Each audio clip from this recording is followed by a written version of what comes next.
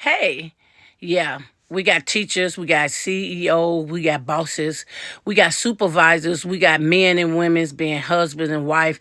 We all have to go by protocol. Everything has a system. And God has a system too. He set it up like that. That's why the world got a system. And we have to go by a system. Wherever you go, where you go to the store, it's they have a system. It's stuff is set up like that. If you got to take a test, you got to study for that test so you can pass. We just don't live life and pass everything and live it and do it the way we want to. And we can say, oh, I'm this way and I want this and I can go. You have to have good credit to get a house. You have to have good credit to get a car, to get and these days they check your credit for apartment now.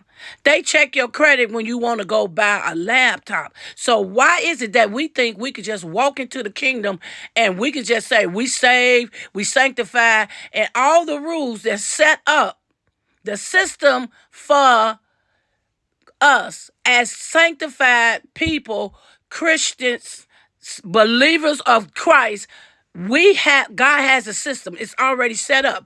You're not gonna go around the system and you're not gonna break the system and you're not gonna do what you want to. You got to go by the system of God. Just like you go by the system of your job, you satisfy your husband, your wife, your boss, your supervisor, whatever it is. God had things set up for us too. We got to stop being naive and think that we don't have to go by God's system. We can live and do everything God told us to get rid of and gave us, and so we can get delivered. And we think we can go around and do those things and we're going to make it. God's system, we got to do it God's way. It's God's way. That's why he sent his son. That's why he sent the Holy Ghost. So the Holy Ghost can guide us. And when we go off, the Holy Ghost can tell us, Betty, Betty, Betty, Betty. Now you got tap, tap, tap. You cannot go over there no more. You cannot do that no more. We cannot reap the benefits of God. You're not getting a promotion without doing the work.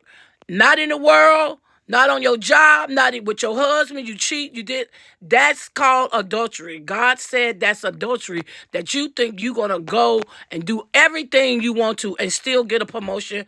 That is not the way it is going to be. So I'm sorry to tell you, but you're going to have to go by God's system. God bless you. Jesus Girl Betty. Well, God has erased my mark.